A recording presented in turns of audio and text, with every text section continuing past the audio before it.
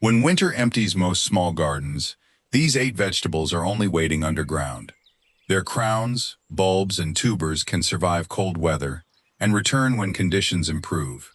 This compact townhouse garden uses large containers, one raised planter, and one vertical trellis to keep every crop practical. Some provide leaves quickly, others demand patience, but can reward a small space for years. Cold hardy does not mean indestructible, especially in containers. Roots in a pot experience colder temperatures than roots in open ground, so begin with weather-resistant containers, generous drainage, and enough soil volume to buffer temperature changes. Keep the walking onion and perennial kale near the kitchen. Reserve the deepest planter for asparagus, and place tall Jerusalem artichokes where they cannot shade everything else. The American groundnut gets the fixed trellis. Before winter, group the pots beside the sheltered brick wall and insulate their sides with dry leaves or straw. Match every plant to your local hardiness zone, and remember that a crop can survive winter while its stems and leaves disappear completely. First is Egyptian walking onion, Allium teres proliferum. It is unusually useful because the hollow green leaves, underground bulbs, and clusters of top bulbils are all edible. Give one clump a sunny container at least 12 inches deep, with fertile, free-draining mix. Plant mature bulbils shallowly, about an inch deep, and leave space between them. By summer, the top sets become heavy, and the stalks may bend until bulbils touch the soil and root, which explains the name.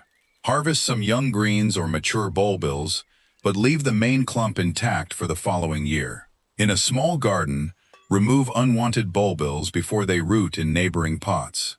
The flavor can be stronger than a standard scallion, especially in mature bulbs. Daubenton's perennial kale is a branching kale that can provide leaves for several years instead of completing its life in one season. Use one large, stable container with rich compost and steady moisture. Then place it where air can move around the foliage. Harvest a few young outer leaves at a time and keep the growing tips intact. A mature plant can become broad, so support long branches and replace it from cuttings before an old plant declines. Cabbage caterpillars, aphids, and pigeons may still find it, and a container will not remove those problems. The leaves are best cooked like ordinary kale. Perennial does not mean permanent, but one healthy plant can bridge the hungry gap when annual beds are still nearly empty.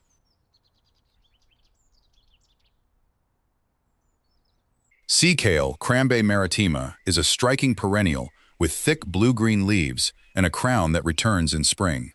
It naturally favors very well-drained coastal soil, so use a large pot or raised planter filled with a gritty, free-draining mix. Give it sun, protect it from strong wind, and avoid wet winter compost. Let the crown establish before taking a meaningful harvest. Traditionally, new spring shoots are blanched under a forcing pot, then cooked like asparagus, while young leaves can also be cooked. Do not strip the whole crown. Remove the cover after a short harvest, so normal green leaves can rebuild the plant. Sea kale develops a substantial root system and becomes a large specimen, so it needs more space than a decorative patio herb. Asparagus is the patience crop in this design. A compact raised planter is more realistic than a small flower pot, because the crown needs depth, drainage, and room to build a long-lived root system. Set the crown on a low mound, spread the roots naturally, cover it gradually, and keep the bed evenly moist during establishment. Do not harvest newly planted crowns for the first 2 years. When the plants are mature, take spears for a limited spring season. Then allow the remaining shoots to grow into tall, ferny stems. Those ferns recharge the crown for next year. 1 or 2 crowns will not supply a family-sized harvest, but they can produce a memorable seasonal crop. Poor drainage and impatient harvesting are much bigger risks than winter cold. Skirret, Cisarum, is an old perennial root vegetable that forms a cluster of narrow, pale roots beneath a leafy crown. It likes fertile soil that stays evenly moist, because drought can make the roots more fibrous.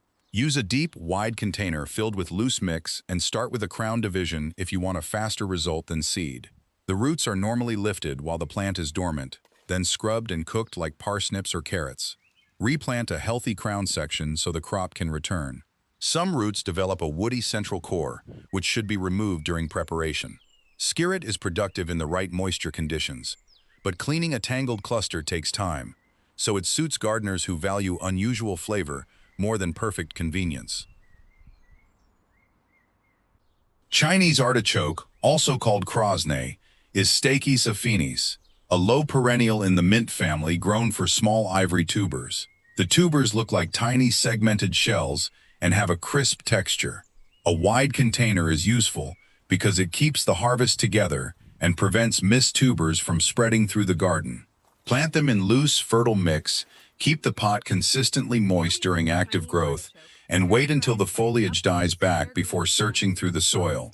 Leave several healthy tubers in the container for next year. Their ridged shape traps soil, so rinse and brush them carefully rather than peeling away too much flesh. Container-grown tubers can be more exposed to severe freezing, which makes winter insulation important in very cold regions.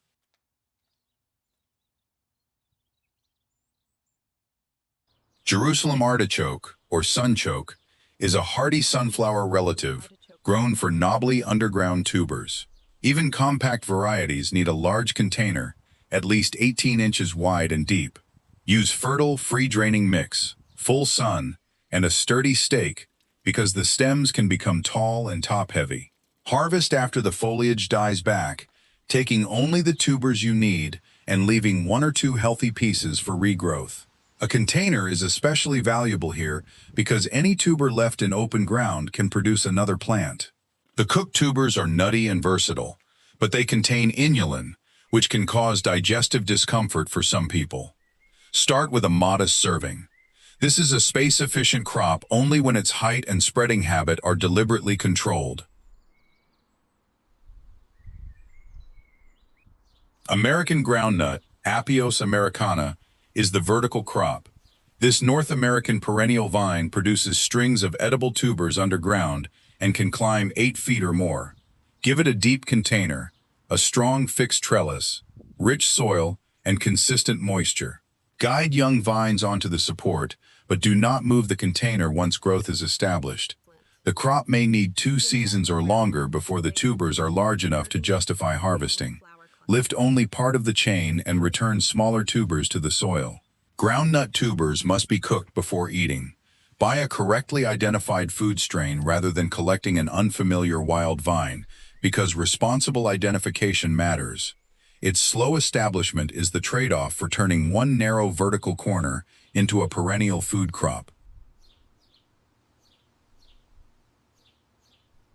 Cold climate gardening becomes more resilient when the harvest is stored in living crowns, bulbs, and tubers. Start with walking onion or perennial kale for earlier results. Then add one patience crop such as asparagus or groundnut. Protect container roots. Respect each plant's mature size, and the same small garden can wake up productive year after year. Subscribe to Homegrown for Keeps for another practical small space garden next week.